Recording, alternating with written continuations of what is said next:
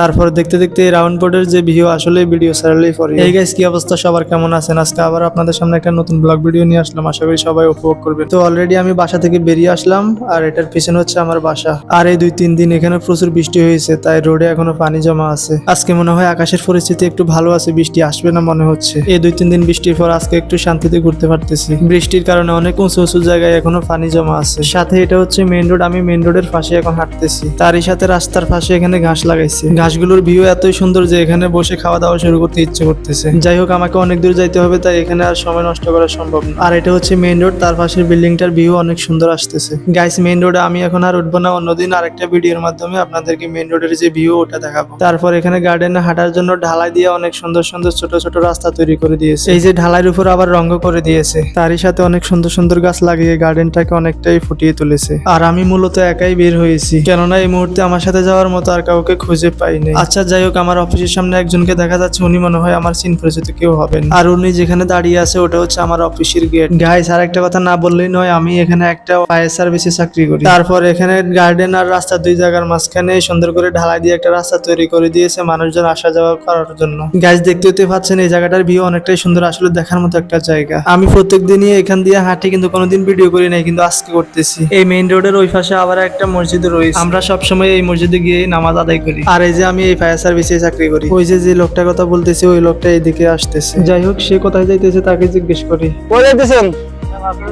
মার্কেটে যাবেন? কোন মার্কেটে? চলেন তাহলে আজকে আপনার সাথে আমিও যাই।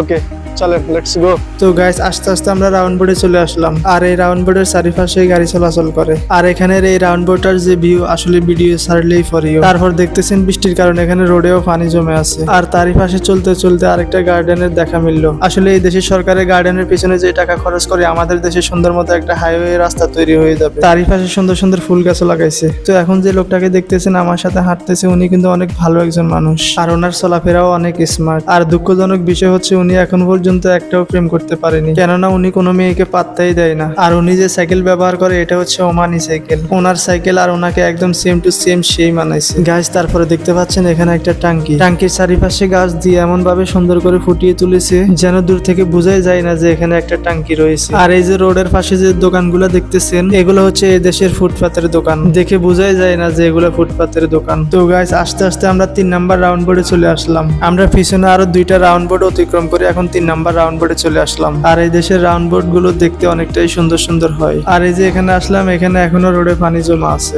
পানি কিন্তু এখনো শুকাচ্ছে না। জানি না এই পানি কখন শুকাবে, কখন আমরা সুন্দর মতো আবার আগের মতো হাঁটবো। তো গাইস, হাঁটতে হাঁটতে আমরা একটা মার্কেটের সামনে চলে আসছি। আর এই মার্কেটের নাম হচ্ছে হাইপার মার্কেট। আর এখানে যে খালি জায়গাগুলো দেখতেছেন, এই জায়গাগুলো হচ্ছে এখানে যে মার্কেটে শপিং করার জন্য গাড়ি আসে, ওই গাড়িগুলো এখানে পার্কিং করে। তো গাইস, আমরা একটু মার্কেটে ঢুকবো, আর মার্কেটে ঢুকে ভিডিও করার মতো কোনো অ্যালাউ নাই। তো ব্লগটি আজকের মতো এখানেই শেষ করলাম। আর যদি ভিডিওটি ভালো লাগে তাহলে সাবস্ক্রাইব করে দেবেন, আর যদি ফেস থেকে দেখে থাকেন তাহলে ফেসটি ফলো করে দেবেন। ধন্যবাদ সবাইকে।